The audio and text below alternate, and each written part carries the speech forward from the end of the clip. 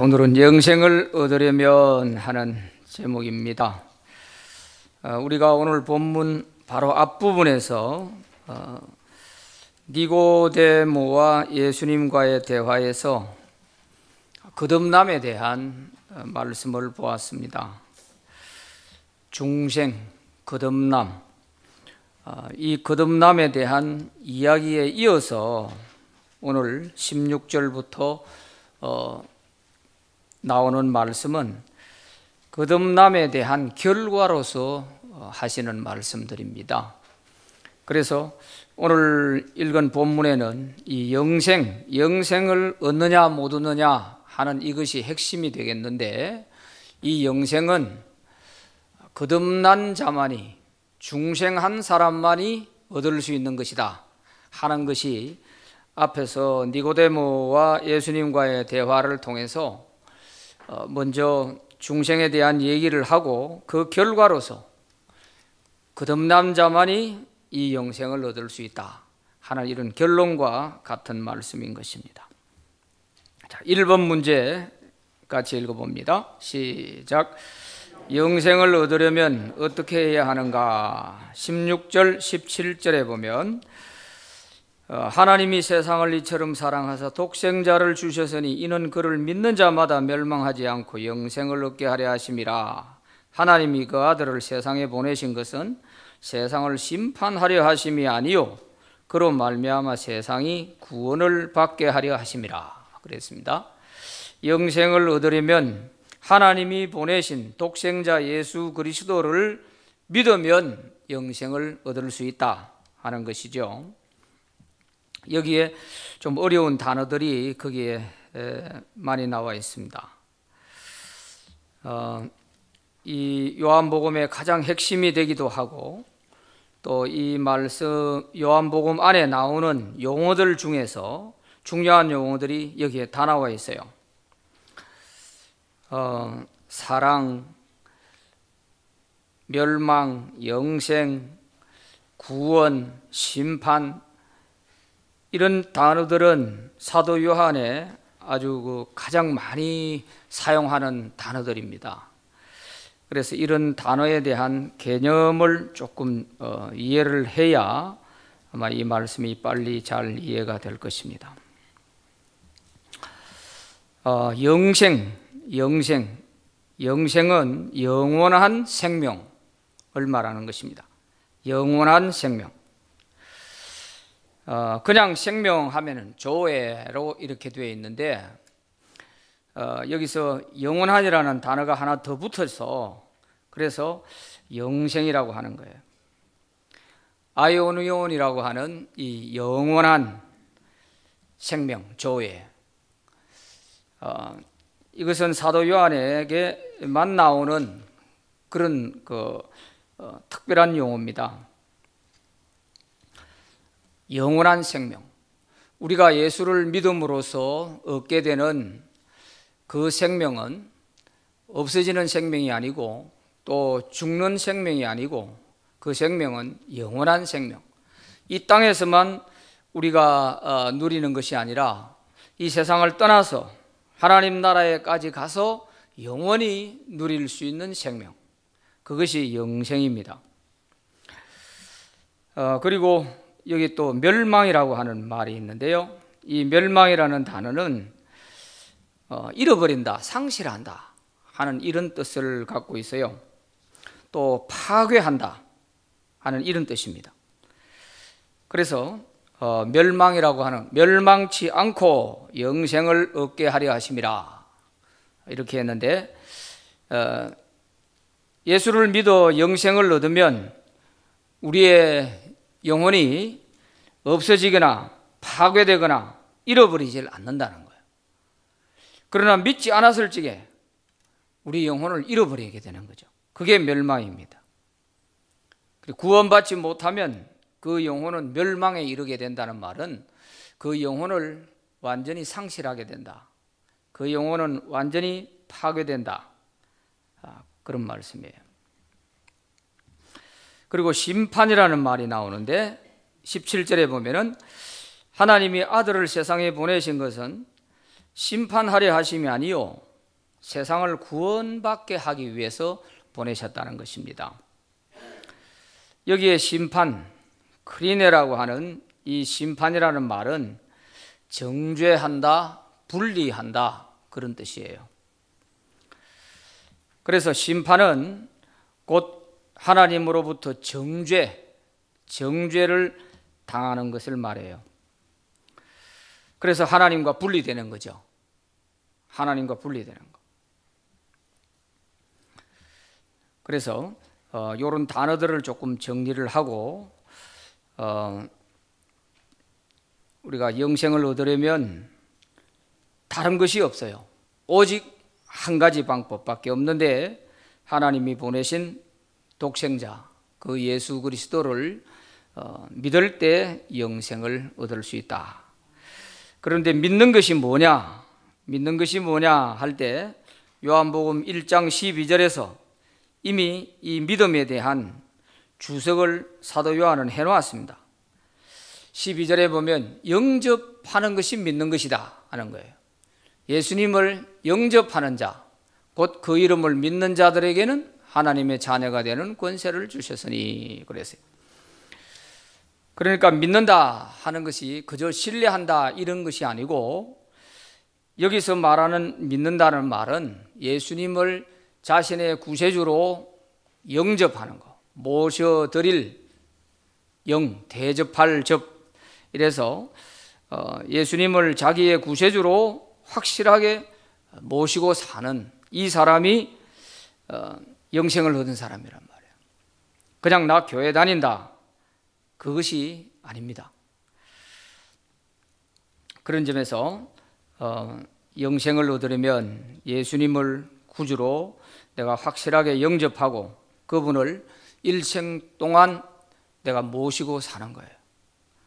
이 사람이 영생을 얻은 사람입니다. 자, 2번 문제 읽어봅니다. 시작. 독생자를 믿지 않는 자는 이미 심판을 받은 것이라. 무슨 뜻인가? 독생자를 믿지 않는 자는 이미 심판을 받은 것이라. 그렇게 말씀하고 있죠.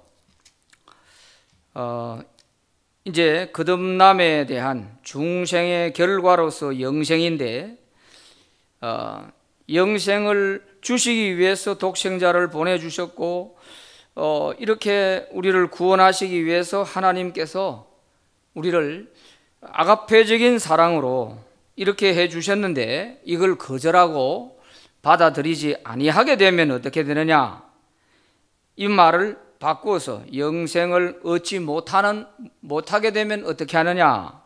이미 심판을 받은 것이라 그런 말씀이에요. 18절 말씀에 보면 그를 믿는 자는 심판을 받지 아니하는 것이요 믿지 아니하는 자는 하나님의 독생자의 이름을 믿지 아니하므로 벌써 심판을 받은 것이니라. 이게 조금 우리가 이해를 잘할 필요가 있죠. 안 믿으면 안 믿는다고 해가지고 심판이 더 보태지는 것이 아니고 이미 받은 심판이 그대로 지속된다. 그런 뜻이 여기서 심판을 이미 받은 것이라 이렇게 표현을 한 것입니다. 우리는 이미 아담 이후로 죄로 말미암아서 이미 심판 아래서 살아가고 있는 것입니다. 모든 사람이 다 심판 아래서 살아가고 있는데 하나님이 예수님을 보내주셔서 예수를 믿은 사람들은 그 심판에서 벗어난 거죠. 그 심판에서 구원받아 이제 벗어난 거예요. 그러나 예수를 안 믿는 사람은 그대로 있다는 말이죠. 심판을 받은, 정죄받은 그대로 있다는 거예요. 그래서 여기서 심판을 이미 받았다 하는 이 말은 아담 때 내려져 있는 그 정죄가 지금도 그대로 유효하게 계속된다 그런 뜻입니다. 자, 아담이 선악과 따먹고 범죄했습니다. 그러니까 하나님께서 에덴 동산에서 쫓아냈잖아요. 그게 뭐예요? 하나님과 분리된 거예요. 아까 심판의 뜻이 정죄 분리라고 그랬잖아요. 어떤 정죄를 받고 분리되어 버렸느냐? 너는 흙에서 왔으니 흙으로 돌아가라 하는 이것이 아담에게 내려진 하나님의 정죄, 심판입니다. 그래서 에덴 동산에서 쫓겨났다는 것은 하나님과 이제 분리되어 버린 거예요. 생명에서 끊어져 버린 거죠. 이게 바로 범죄한 인간이 받은 그런 심판이죠. 심판의 결과예요. 그게 죽음입니다. 죽음. 그래서 예수를 안 믿으면 우리는 아담에게 내려졌던 그 정죄가, 그 죽음이 그대로 지속될 수밖에 없는 거예요. 그러나 우리가 예수를 믿음으로 말미암아서 그 사망 권세에서 우리가 벗어나서 이제 하나님의 영원한 생명을 얻어서 하나님의 자녀로 살아갈 수 있게 된 것이죠. 그래서 여기서 이미 벌써 심판을 받은 것이니라 하는 말을 좀 잘 이해를 하시면 좋겠습니다. 자, 3번 문제 보겠습니다. 예수께서 세례 베푸심에 대해서 세례 요한의 제자들이 시기한 이유는 무엇인가? 이제 요 1번, 2번은 중생하지 못하면 영생을 못 얻고 중생한 자만이 이 영생을 얻을 수 있는 것이다 하는 것에 대한 이야기를 1번, 2번에서 이제 하신 것이고, 이제 22절부터 나오는 이 내용에 대해서는 세례 요한의 마지막 사명을 마무리하는 그런 내용을 볼 수가 있습니다. 자, 여기 22절에 보면은 예수께서 제자들과 함께 유대 땅으로 가서 거기서 세례를 베푸셨다 그렇게 되어 있습니다. 세례를 베푸시더라. 그런데 예수님은 물 세례를 베푸신 적이 없어요. 그런데 여기는 세례를 베푸시더라 이렇게 되어 있잖아요. 자, 한번 보시죠. 4장에 가면은 4장 1절 2절에 보시면 사도 요한이 예수님에 대한 오해를 풀어드리고 있습니다. 예수께서 제자를 삼고 세례를 베푸시는 것이 요한보다 많다 하는 말을 바리새인들이 들은 줄을 주께서 아신지라.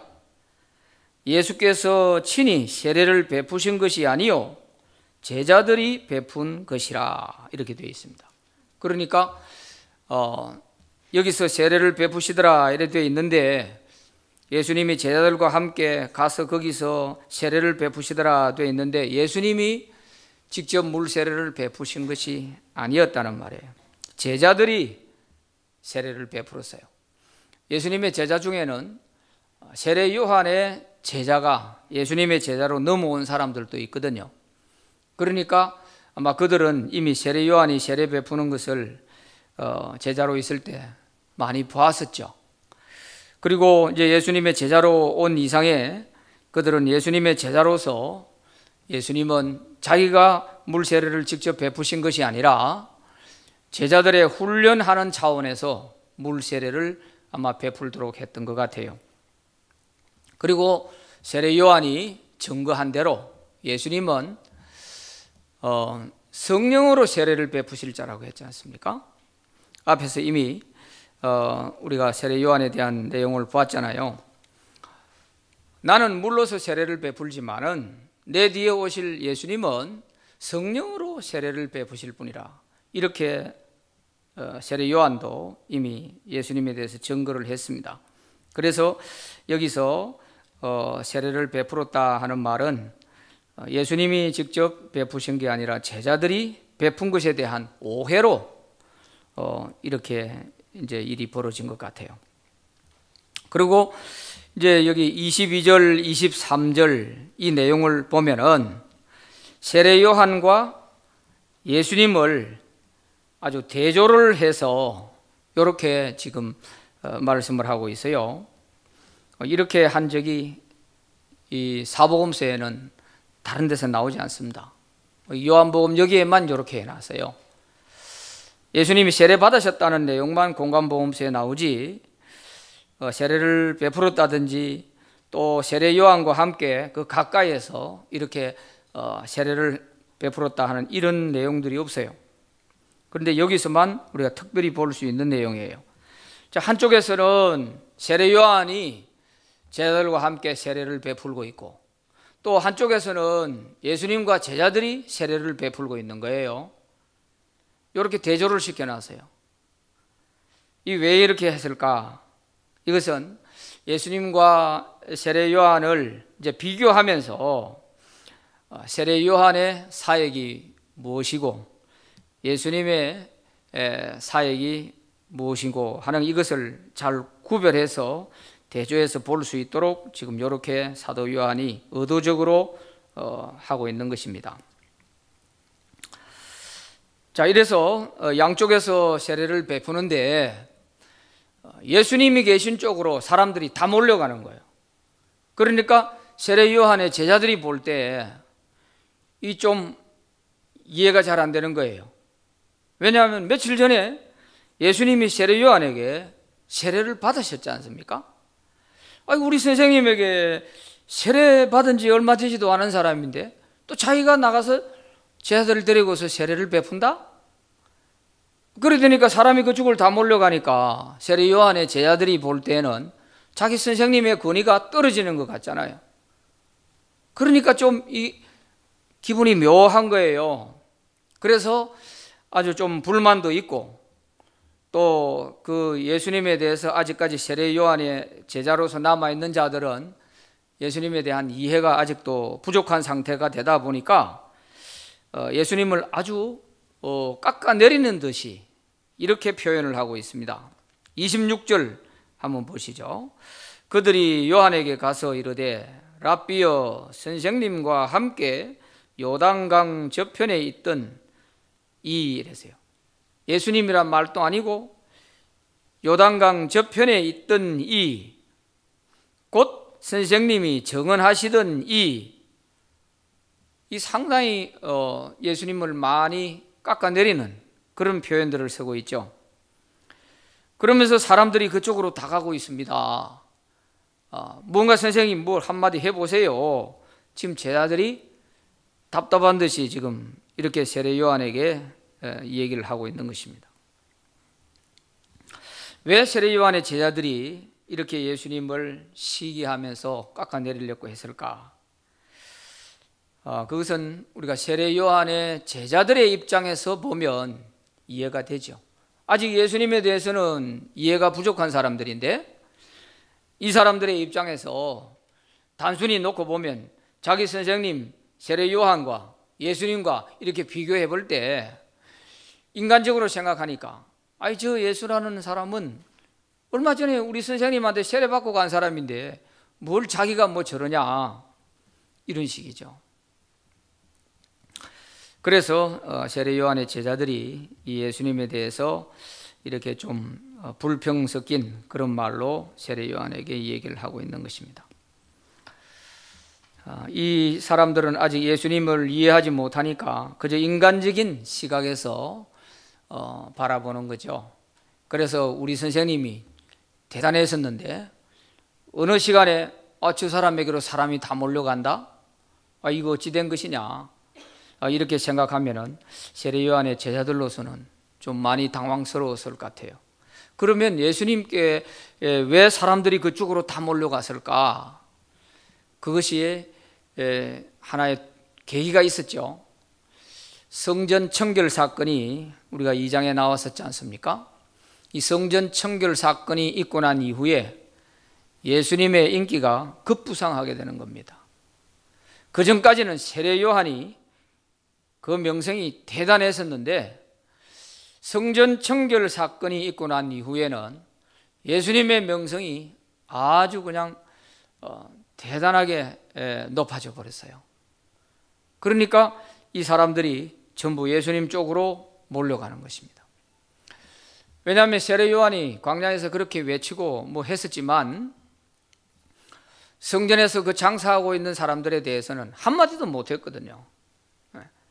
거기 가서는 뭐 상을 두었고 하는 이런 것은 엄두도 못 냈단 말이에요. 그런데 예수라는 사람이 오더니만은 그 아무도 손을 대지도 못하던 그런 부분에 가서 뒤엎어버리고 막 쫓아내고 굉장한 일을 하신단 말이에요. 그러니까 그걸 지켜봤던 백성들로서는 속이 시원한 거예요.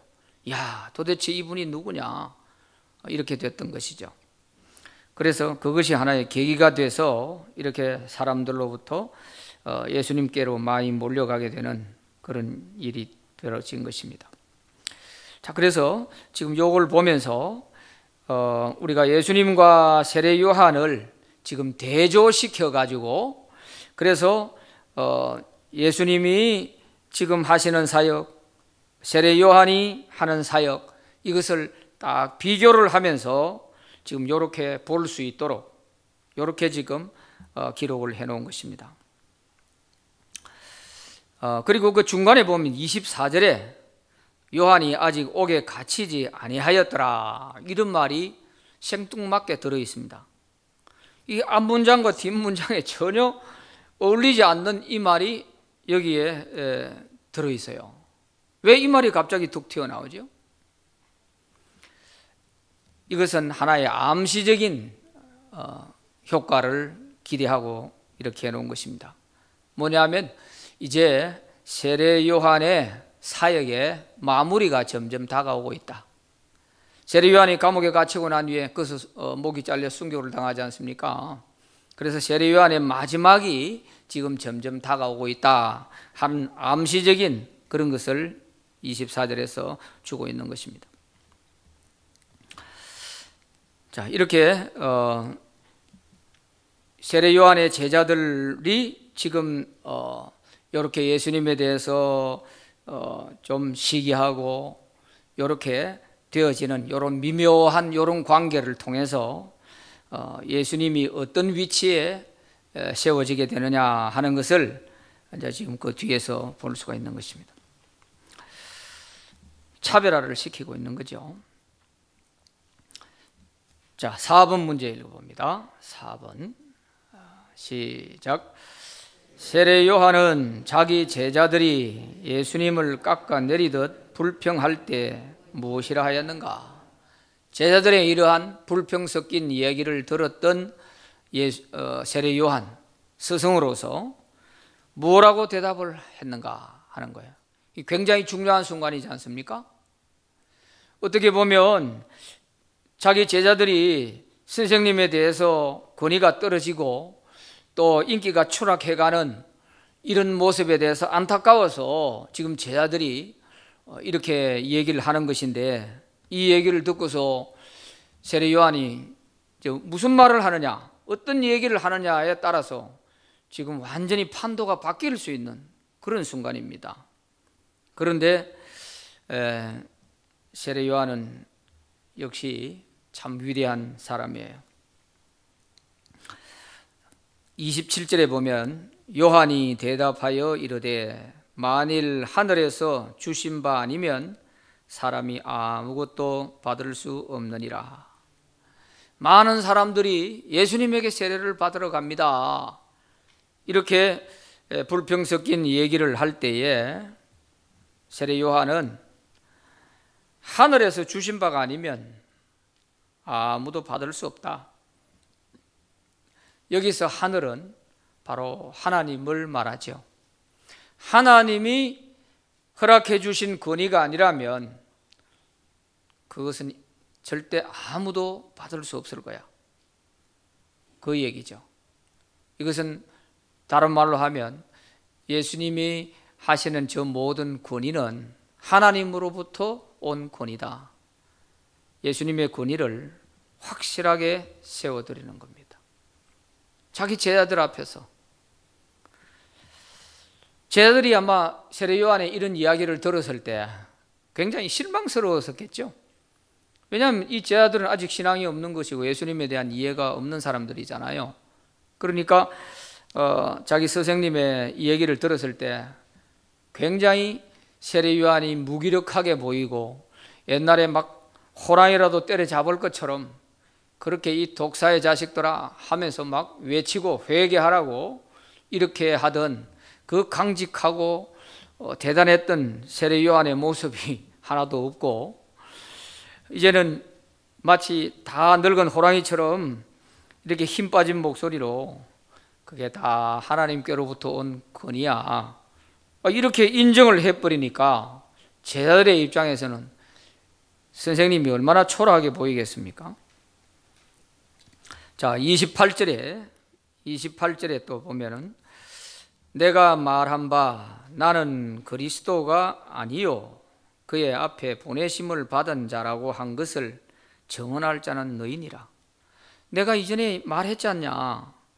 나는 그리스도도 아니고 그 그리스도 앞에 보내심을 받아서 그의 길을 예비할 그런 광야에서 외치는 자의 소리에 지나지 않는 그런 사람이지, 내가 그리스도가 아닌데 하나님이 보내신 그 그리스도, 하나님이 주신 권위를 가지고 저렇게 하는데 그걸 누가 막냐? 그러면서 세례 요한은 자기 자신에 대해서 더도 말고 덜도 말고 있는 그대로 자신의 모습을 제자들 앞에서 솔직하게 얘기하는 이런 모습을 볼 수가 있죠. 참 이 대단한 그 세례 요한의 모습입니다. 자기를 축켜 세워주고 또 인정해주고 이렇게 해주는 사람들 앞에서 자기 스스로가 이렇게 마치 보잘것없는 사람처럼 이렇게 표현한다는 것은 쉽지 않은 얘기예요. 굉장히 어려운데, 그러나 그런 유혹에 빠지지 않고 세례 요한이 아주 더도 말고 덜도 말고 자기 자신 그대로의 모습을 얘기를 하고 있습니다. 그러면서 29절에 보면 더더욱 이렇게 말합니다. 신부를 취하는 자는 신랑이나 서서 신랑의 음성을 듣는 친구가 기뻐하나니 나는 이러한 기쁨으로 충만하였노라. 나는 신랑의 덜러리로서 기뻐하는 이것만으로도 만족한다. 참 자기 자신을 한없이 제자들 앞에서 낮추는 거 아니에요. 이게 사실인데 그러나 그 장면을 우리가 상상해 보면 자기 자신을 너무너무 보잘것없는 사람으로 완전히 예수님과 자기를 확실하게 차별해서 이렇게 제자들 앞에서 표현하는 이 모습이 정말 세례 요한만이 할 수 있는 그런 모습인 거예요. 신랑의 덜러리로서, 여기서 신랑은 예수님이지요. 신부는 성도들이 될 것이고, 이 신랑의 친구라고 했으니까 바로 세례 요한은 예수님의 친구로서 그저 덜러리 역할만 하는 것으로서 나는 만족한다. 그것만으로서도 나는 충분히 기쁘고 만족한다. 참 놀랍지 않습니까? 그러니까 제자들이 뭐 할 말이 없는 거예요. 우리 선생님이 뭐 예수님하고 뭔가 좀 비슷한 줄 알았는데 전혀 아니고 완전히 차별화해서 그분과 나는 완전히 달라. 이렇게 딱 구분을 지어버리니까, 그래서 제자들이 그 이후에 한마디도 말이 없어요. 그리고 더 덧붙입니다. 30절에 보면 세례 요한은 그는 흥하여야 하겠고 나는 쇠하여야 하리라 하니라. 예수님은 이제 떠오르는 태양처럼 그는 점점 흥해가야 할 것이고 나는 이제 내 사명 다 마치고 서서히 바람처럼 사라져야 할 사람이다. 그런 말씀입니다. 참 대단하시죠? 어찌 이렇게 할 수 있을까?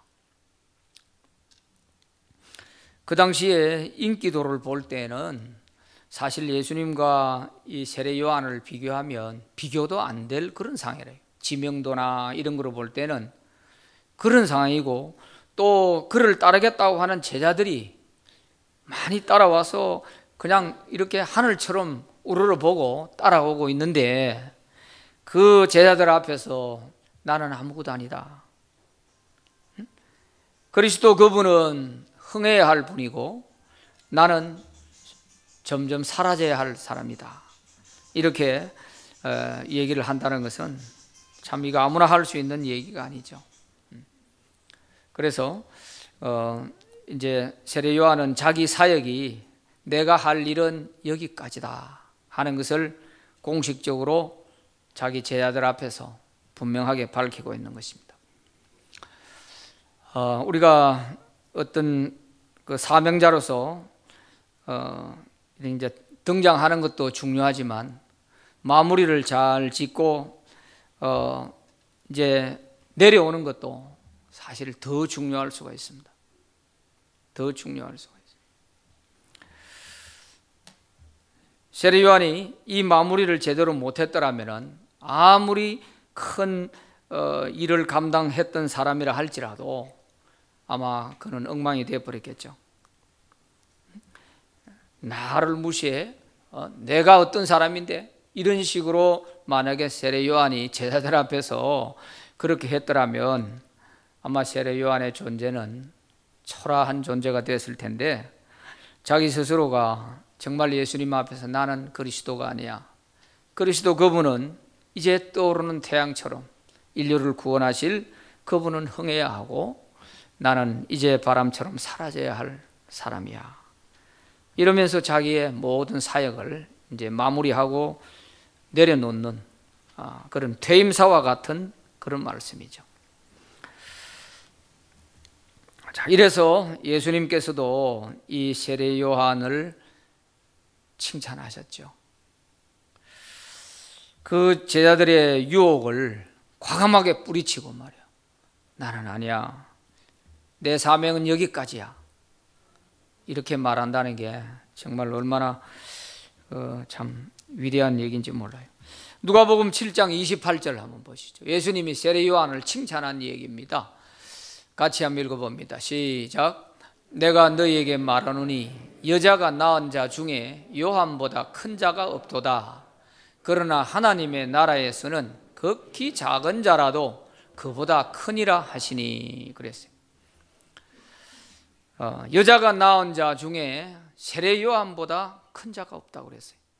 그러니까 이 인간 세계에서는 예수님도 세례 요한이 최고다 이렇게 칭찬을 했지 않습니까? 그런데 그 뒤에 하나님의 나라에서는 그렇다 할지라도 다 세례 요한보다 크다 또 그런 말씀을 하셨어요. 그 말은 세례 요한은 이제 구약의 마지막 선지자로서 이제 마무리를 짓거든요. 그래서 그 개인적인 그걸로 볼 때는 굉장히 위대한 사람이지만은 그러나 그가 은혜를 누리는 측면에 있어서는 그는 구약 시대의 사람이란 말이에요.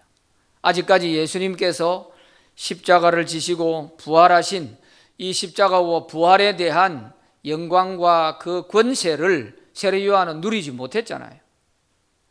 그러고 마쳤기 때문에 구약 시대의 사람이란 말이에요.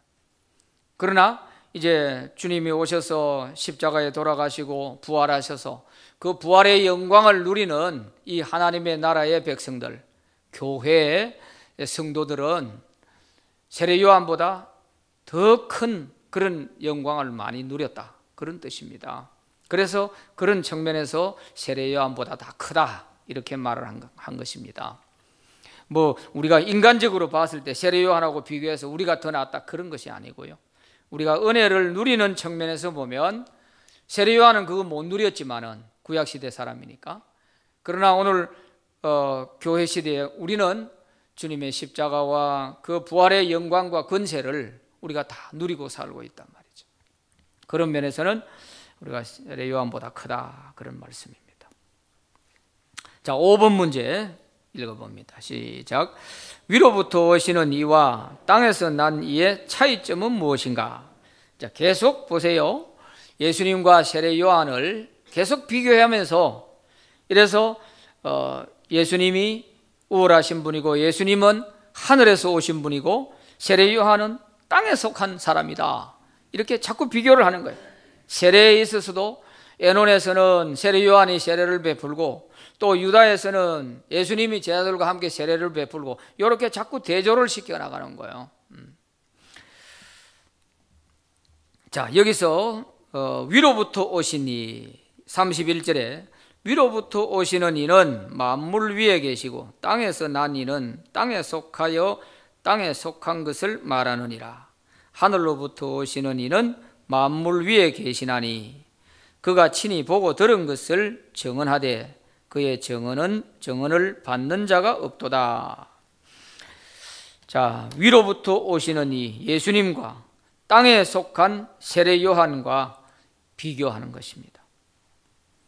그래서 위로부터 왔다는 말은 신적 기원을 갖고 있다는 거죠. 예수님의 그 시작은 하늘로부터, 하나님으로부터 시작된다. 그러나 세례 요한은 아무리 위도해도 세례 요한은 땅에 속한 사람이다. 그래서 예수님은 하늘의 것을 얘기하지만 세례 요한은 아무리 뛰어나도 하늘의 것을 보지 못했으니까 땅의 것을 말할 수밖에 없다. 이렇게 대조를 해서 세례 요한과 예수님을 비교해서 설명을 하고 있는 것이죠. 이 사도 요한이 정말 이런 것을 아주 면밀하게 정말 신경을 써서 이렇게 우리가 보는 이로 하여금 구별을 잘 할 수 있도록 이렇게 만들어가고 있는 거예요. 차이점은 바로 위로부터 오신 예수님은 위의 것을, 하늘의 진리를 말씀하고 계시지요. 그러나 세례 요한은 땅에 속한 자니까 땅의 것을 얘기하는 거예요.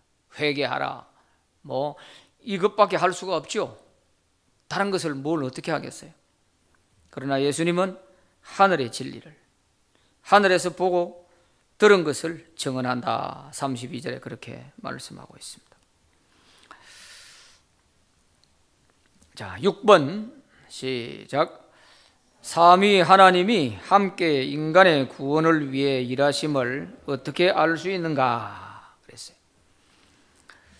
이 요한복음에 있어서는 참 신학적으로도 정말 치우치지 않고 잘 중심을 잡아가면서 사도 요한이 이렇게 우리에게 가르쳐주고 있습니다. 자, 보세요. 16절에 보면은 하나님이 세상을 이처럼 사랑하사 독생자를 주셨다고 그랬어요. 하나님이 독생자를 보내주신 분으로서, 성부 하나님은 성자를 보내주신 분으로서 이렇게 또 가르쳐주고, 또 예수님은 성자로 오셔서 성령을 통하여서 하나님의 아들 되심을 이렇게 또 보여주는 거예요. 그러니까 성령과 성자와 성부가 같이 삼위 하나님이 함께 일하고 계심을 한눈으로 볼 수 있도록 이렇게 만들어 놓은 거예요. 34절에 하나님이 보내신 이는 하나님의 말씀을 하나니 이는 하나님이 성령을 한량없이 주심이니라 그랬습니다. 이렇게 성령과 성자와 성부 이렇게 삼위 하나님이 함께 일하고 계심을 잘 볼 수 있죠.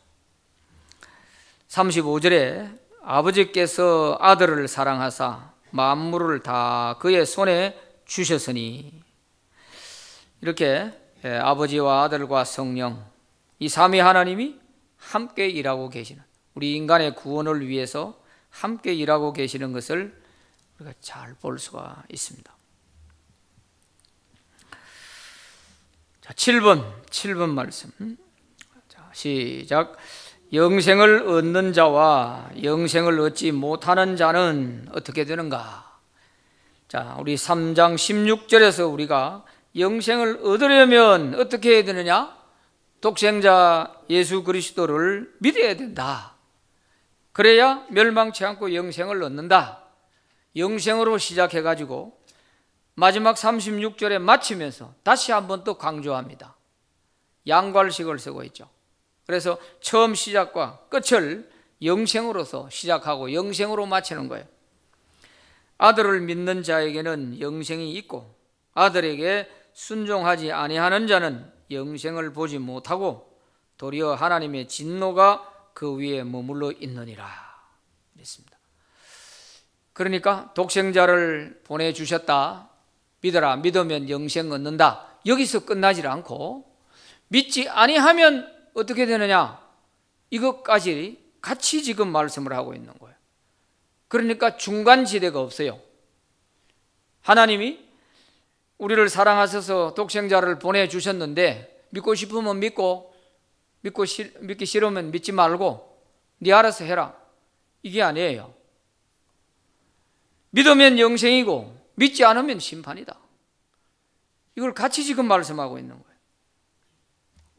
그래서 36절에 결론으로 아들을 믿는 자에게는 영생이 있고 아들을 믿지 않는 자에게는 영생이 없다, 이렇게 결론을 짓는 것입니다.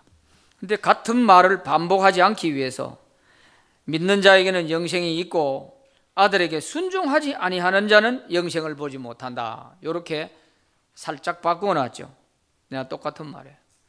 믿으면 영생이고 믿지 않으면 영생을 얻지 못하고 하나님의 진노가 그 위에 있다는 말은 심판이라는 거죠.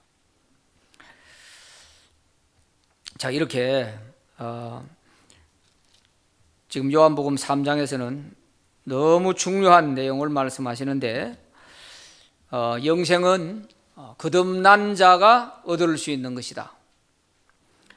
그래서 예수를 믿는 것이 바로 예수를 영접함으로써 그가 거듭나서 얻을 수 있는 것이 영생이다. 어떻게 거듭나느냐 하는 사건은 니고데모를 통해서 예수님께서 자세히 설명해 준 내용이 앞에 있었지 않습니까? 거듭나는 것은 이거는 지식으로 되는 것이 아니고 이것은 그야말로 물과 성령으로 거듭나는 것이다. 우리 눈으로 볼 수 있는 것도 아니고 우리 영이 거듭나야 되는 것이니까, 그래서 바람이 어디서 와서 어디로 가는지 모르듯이 예수를 영접하고 그 영혼이 거듭나는 데 있어서는 다른 사람이 봐서 알 수 있는 것이 아니라 하나님이 하시는 역사이므로 이렇게 우리 안에서 내적인 변화를 가져오는 것이다, 이렇게 자세히 설명을 해 주셨습니다. 자, 그래서 오늘 이 말씀을 통해서 우리에게 영생을 주신 그 하나님의 은혜를 우리가 감사하고 또 하늘나라 가는 그날까지 이 영생을 놓치면 안 되는 것입니다. 이 영생을 잃어버리면 우리의 모든 것을 다 잃어버리게 되는 것입니다. 영원한 생명. 그래서 이 땅에 사는 동안에 우리가 이 영원한 생명을 누릴 뿐만 아니라 이 땅에서 우리의 육신의 생명이 끝난다 하더라도 우리의 영혼의 생명이 끝나는 게 아니잖아요. 그러니까 우리는 그 구원받은 영혼의 생명은 영생을 얻었기에 우리가 영원히 하나님 나라에 가서도 살게 되는 것입니다. 그래서 이 영생을 그 무엇하고 바꿀 게 있겠어요? 바꿀 게 아무것도 없어요. 이건 돈으로 주고 살 수 있는 것도 아니에요. 오직 믿음으로 얻을 수 있는 것이고 거듭난 자에게 주시는 하나님의 은혜이기 때문에 우리가 얻은 이 영생을 가장 소중하게 잘 우리가 지켜나갈 수 있는 그런 저와 여러분들이 되시기를 바랍니다.